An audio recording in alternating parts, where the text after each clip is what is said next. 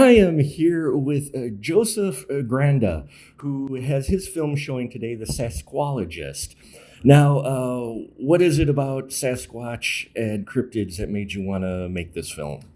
Well, the Sasquatch is the sort of the front of it, but I met a bunch of these guys as I was researching this, and they would tell me about their life story as we were out, hunting for Sasquatch. I mean, it's not a documentary; it's a narrative. It's a narrative movie, that's sort of a coming of age movie. And they would tell me about their lives, and I would say, "Do you ever think that really you're just looking for your old man out here?" And they would go, "Oh, I never thought of that." So that's kind of the basis of it. Sure. It's about an older guy who I actually play with a big beard in it, who's been looking for this one specific Sasquatch that he believes is the offspring of Patty from the 1967 Patterson film. So that's what he believes. And it all comes to why that could be possible in it. And he reluctantly takes with him this young kid to learn the ways of squatching. And as they go through this adventure together, it sort of unravels as to what's really going on internally in each character and the things that they're really looking for to fulfill those empty spaces that we all kind of have at some point. So it's more of a character-driven piece than a Sasquatch-driven piece. Right. It's a very character-driven piece. I think that you will learn everything. If you don't know anything about Sasquatch, you'll come away from this movie knowing everything and more that you ever wanted to know. If you know lots about Sasquatch, I have presented in a respectful way of the people who believe that it's just an ape. Right. And people who believe that it is some sort of a more spiritual being that possibly drives UFOs or whatnot. So, yeah.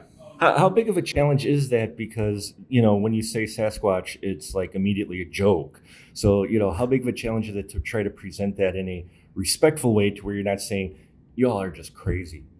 Yeah, I met a lot of, as they call squatchers. There's a real Bigfoot community. That's who I made this movie initially for, although it's family friendly. There's no massive violence or lots of F-bombs. I think the proliferation of the F-bomb in screenwriting is just lazy writing. Sure, for you folks out there.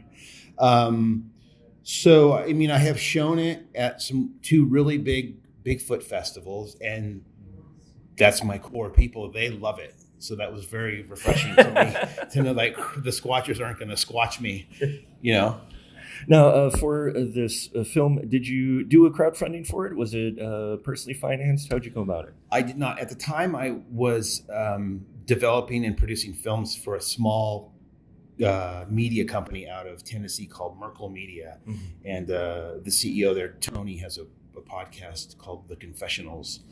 And so within that realm, our executive producer who was financing these smaller documentaries and then this narrative feature just sort of said, if you can show me a script that you can do within this budget, I'll write you the check. And so that was kind of like a dream come true for a filmmaker. And then I gave him the first cut, pretty much completed. And he said to me, if I gave you more money, can you make it better? I'm like, are you kidding me? Yeah, like this is an indie film dreamer. Yeah, I can make it better. I mean, not that more money has to equate better, but I think it's just hard work. But, sure. I had an amazing crew. I had Ward Heine behind the camera, Joe Stauffer, who wrote some original music. He edited it. He's just a fantastic talent. Dean Hugart, who was my sound. I shot, and then Aaliyah Hartley, who was my production manager. We shot with a crew of 5. Okay. We were very nimble. I think there's a lot of waste that goes on in independent film. We shot with 2 cameras.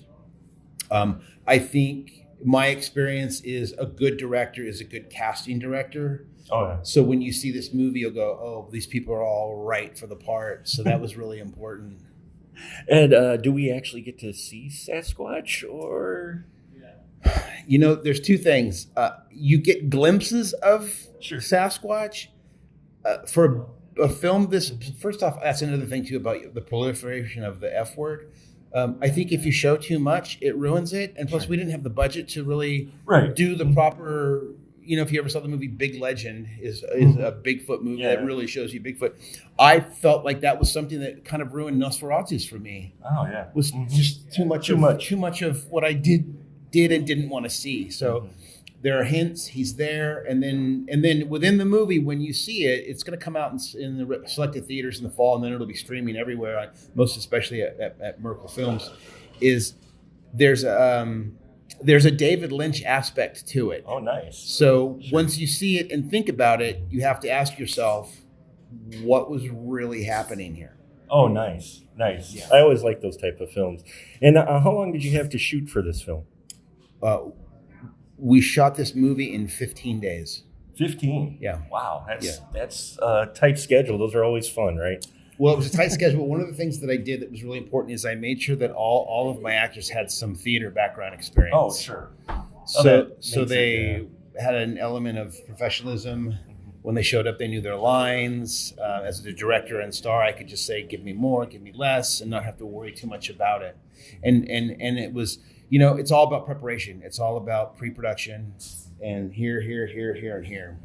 And I guess my last question is, after you did all of this research and everything and got to meet these people, are you a believer?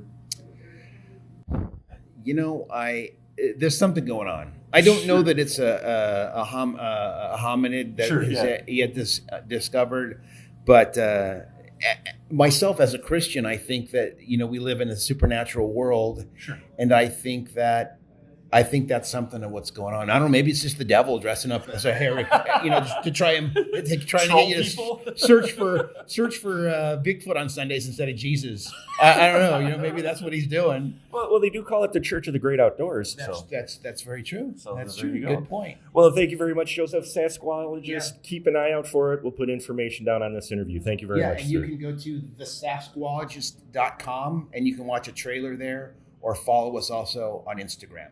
Fantastic. Thank you very much. Thank you.